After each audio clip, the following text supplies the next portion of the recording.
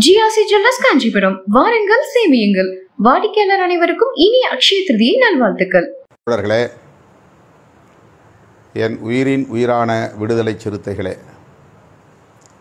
அனைவருக்கும் வணக்கம். நாளை மே 1ஆம் நாள். உலகமெங்கும் இந்த நாள் தொழிலாளர் நாளாக கடைபிடிக்கப்பட்டு வருகிறது. நாமும் இந்த நாளை தொழிலாளர் நாளாக நாடு தழுவிய அளவில் கடைபிடித்து வருகிறோம். நமது தொழிற்சங்கமான தொழிலாளர் விடுதலை முன்னணியின் சார்பில் மறைந்த முனைவர் மகாதேவன் அவர்கள் மாநில செயலாளராக பொறுப்பேற்ற நாளில் இருந்து இந்த நாள் கொண்டாடப்பட்டு வருவதை நாம் அறிவோம். ஏப்ரல் 4ஆம் தேதியை இந்திய தொழிலாளர் தினம் என்றும், மே 1ஆம் தேதியை உலக தொழிலாளர் நாள் என்றும் நமது இயக்கம் கடைபிடித்து வருகிறது.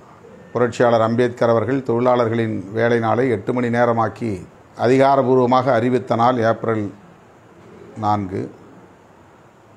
அதனால் விடுதலை சிறுத்தைகள் கட்சியின் சார்பில் ஏப்ரல் 4ஆம் தேதியும் இந்த தொழிலாளர் தினத்தை இந்திய தொழிலாளர் தினம் அல்லது இந்திய தொழிலாளர் நாள் என்று கடைபிடித்து வந்திருக்கிறோம். இந்த முறை மே 1ஆம் நாள் நான் கேரள மாநிலம் வண்டிப்பெரியாறில் நடைபெறவுள்ள தொழிலாளர் நாள் நிகழ்வில் பங்கேற்க உள்ளேன். கேரளாவில் நமது விடுதலை சிறுத்தைகள் கட்சியின் சார்பில் இந்த நிகழ்ச்சி ஒருங்கிணைக்கப்படுகிறது. கட்சியின் தலைமை நிலைய செயலாளர் இளம் சேக்குவாரா அவர்களும் தலைமை நிலைய செயலாளர் தகடூர் தமிழ்ச்செல்வன் அவர்களும் அந்த பகுதியிலேயே தங்கியிருந்து தொழிலாளர்களை அணிதிரட்டி வருகின்றனர். நாளை பிற்பகல் 2 மணி அளவில் வண்டிப்பெரியார் என்னும் இடத்தில் பேரணி தொடங்குகிறது. பின்னர் அங்கே பொதுக்கூட்டமும் நடைபெற உள்ளது. அந்த நிகழ்வில் நான் பங்கேற்க இருக்கிறேன் என்பதை மகிழ்வோடு தெரிவித்துக் கொள்கிறேன். கேரள மாநில விடுதலை சிறுத்தைகள் மட்டுமின்றி தமிழ்நாடு எல்லையோர மாவட்டங்களை சார்ந்த தோழர்களும் அந்த நிகழ்விலே பங்கேற்க இருக்கிறார்கள். குறிப்பாக மதுரை, தேனி, திண்டுக்கல் மாவட்டங்களை சார்ந்த இயக்கத் தோழர்கள் பெருவாரியாக இந்த நிகழ்விலே பங்கேற்க இருக்கிறார்கள் என்பது மகிழ்ச்சி அளிக்கிறது. அவர்கள் அனைவரும் பாதுகாப்பாக வண்டிப்பெரியார் பகுதிக்கு வர வேண்டும், உரிய நேரத்திற்கு வர வேண்டும். தொழிலாளர் நாள் நிகழ்விலே பங்கேற்று அனைவரும் பாதுகாப்பாக வீடு திரும்ப வேண்டும் என்று வேண்டுகோள் விடுக்கிறேன். நான் வண்டிப்பெரியாருக்கு செல்லும் வழியில் இயக்கத் தோழர்கள் இடையில் எந்த நிகழ்ச்சியையும் ஏற்பாடு செய்ய வேண்டாம். 2 மணிக்கு நிகழ்ச்சி தொடங்குகிறது என்றால் நான் அங்கே 1 மணிக்காவது போய் சேர வேண்டும். ஆகவே எனக்காக வழியிலே காத்திருக்காமல் மதுரை, தேனி, திண்டுக்கல், விருதுநகர் ஆகிய மாவட்டங்களில் இருந்து இயக்கத் தோழர்கள் இந்த நிகழ்விலே பங்கேற்பதற்காக வருகிற தோழர்கள் நேரத்தே புறப்பட்டு வண்டிப்பெரியாருக்கு போய் சேர வேண்டும், பாதுகாப்பாக போய் சேர வேண்டும் என்று வேண்டுகோள் விடுக்கிறேன். விடுதலை சிறுத்தைகள் கட்சி இன்றைக்கு கேரள மாநிலத்தில் அனைத்து மாவட்டங்களிலும் நிர்வாக குழுவை நியமனம் செய்திருக்கிறது. மலையாளத்தை தாய்மொழியாக கொண்ட அந்த மண்ணில் பரவலாக பறக்கிறது. கடந்த காலங்களில் இடுக்கி மாவட்டம், குறிப்பாக மூணாறு பகுதியில் தோட்ட தொழிலாளர்கள் இடையே இந்த இயக்கம் நிலை பெற்றது, வளர்ச்சி அடைந்தது, வலுவடைந்தது. இப்போது தமிழ் அல்லாத மலையாளம் பேசக்கூடிய, மலையாளத்தை தாய்மொழியாக கொண்ட அந்த மண்ணின் மைந்தர்கள் எல்லா மாவட்டங்களிலும் விடுதலை சிறுத்தைகள் கட்சியை வளர்த்து வருகிறார்கள். இயக்கத்தின் கொடியை இந்த நிகழ்ச்சி ஒருங்கிணைக்கப்படுகிறது என்பதை மீண்டும் ஒரு முறை மகிழ்ச்சியோடு நான் பகிர்ந்து கொள்ளுகிறேன். அந்த விழா வெற்றிகரமாக அமைய தமிழக எல்லையோரத்தை சார்ந்த சிறுத்தைகளும் முழுமையான ஒத்துழைப்பை நல்க வேண்டும், உரிய நேரத்திற்கு வந்து சேர வேண்டும் என்று வேண்டுகோள் விடுக்கிறேன். தமிழகத்தை பொறுத்தவரையில் நமது தொழிலாளர் விடுதலை முன்னணியின் சார்பில் ஆங்காங்கே தொழிற்சங்கங்களின் பொறுப்பாளர்கள் மே 1ஆம் தேதியை முன்னிட்டு 5ஆம் தேதி வணிகர் தினம் நமது கட்சியின் வணிகரணி மாநில செயலாளர் இலக்கடை செல்வராஜ் அவர்கள் ஆண்டுதோறும் இந்த நாளை கடைபிடித்து வருகிறார், கொண்டாடி வருகிறார். தமிழகம் தழுவிய அளவில் வணிகரணி பொறுப்பாளர்கள் அனைவரையும் ஒருங்கிணைத்து மாநாடுகளை நடத்தி வருகிறார். இந்த ஆண்டும் அப்படி முன்னணி பொறுப்பாளர்கள் ஊக்கமுடன் பணியாற்ற வேண்டும். பொறுப்பாளர்களை மட்டுமின்றி வணிகர்கள் பலரையும் அந்த மாநாட்டில் பங்கேற்க செய்ய வேண்டும்.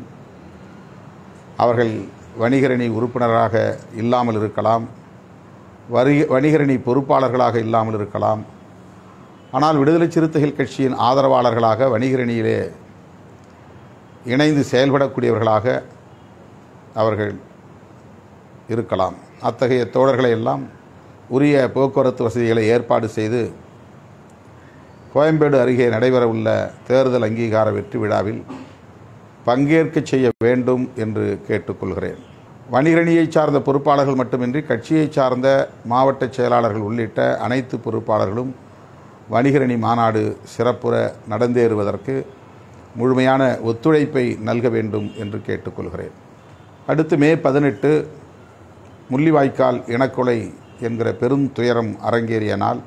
குறிப்பாக ஒருங்கிணைந்த மாவட்ட செயலாளர்கள் அனைவரும் ஒன்று சேர்ந்து இந்த நிகழ்ச்சியை ஏற்பாடு செய்ய வேண்டும் என்று கேட்டுக்கொள்கிறேன். இதனை ஒருங்கிணைக்கும் பணியை இயக்கத்தின் துணை பொதுச் செயலாளர் வன்னியரசு மேற்கொண்டிருக்கிறார். அவரோடு இணைந்து மாவட்ட செயலாளர்கள் அனைவரும் இந்நிகழ்வை சிறப்புற தலைமையிலான அந்த சிங்கள பேரினவாத அரசு அறிவித்தது. மே 18ஆம் நாள் யுத்தத்தை நிறுத்துகிறோம், பயங்கரவாதத்தை ஒழித்து விட்டோம் என்று ராஜபக்சே அறிவித்த நாள் என்பதை உலகம் அறியும். எனவே நாம் மே 18ஆம் நாளில் அந்த பெரும் துயரத்தை, இனக்கொலை துயரத்தை ஆண்டுதோறும் நினைவு கூர்ந்து களப்படியான புலிகளுக்கும் இதர போராளிகளுக்கும் வீரவணக்கம் செலுத்தி வருகிறோம். அந்த வகையில் இந்த ஆண்டு மே 18 மாலை 5 மணி அளவில் நம்முடைய கட்சியின் தலைமையகமான அம்பேத்கர் திடலில் ஒருங்கிணைக்கப்பட உள்ள இந்த நிகழ்வில் அனைவரும் பங்கேற்று வீரவணக்கம் செலுத்த வேண்டும். குறிப்பாக ஒருங்கிணைந்த சென்னை மாவட்ட செயலாளர்கள், அவர்களுக்கு உற்ற துணையாக இருக்கிற நிர்வாகிகள், துணைநிலை அமைப்புகளின் பொறுப்பாளர்கள் அனைவரும் தவறாமல் பங்கேற்று இந்த நிகழ்வை சிறப்பிக்க வேண்டும். நம்முடைய போராளிகளுக்கும் பொதுமக்களுக்கும் நாம் வீரவணக்கம் செலுத்த வேண்டும். எனவே இயக்கத் தோழர்கள், குறிப்பாக ஒருங்கிணைந்த சென்னை மாவட்டத்தை சார்ந்த முன்னணி தோழர்கள் இந்த நிகழ்வுக்கு முழுமையான ஒத்துழைப்பை நல்க வேண்டும், வெற்றி பெறச் செய்ய வேண்டும் என்று கேட்டுக்கொள்கிறேன். அடுத்து மே 31 மிக முக்கியத்துவம் வாய்ந்த ஒரு பேரணியை நாம் நடத்த இருக்கிறோம். ஏற்கனவே நான் அறிவித்திருக்கிறேன், நீங்கள் நன்றாக அறிவீர்கள். இந்த மே 31ஆம் தேதி வக்ஃப் திருத்த சட்டத்தை எதிர்த்து மாபெரும் கண்டன பேரணியை நாம் நடத்துகிறோம்.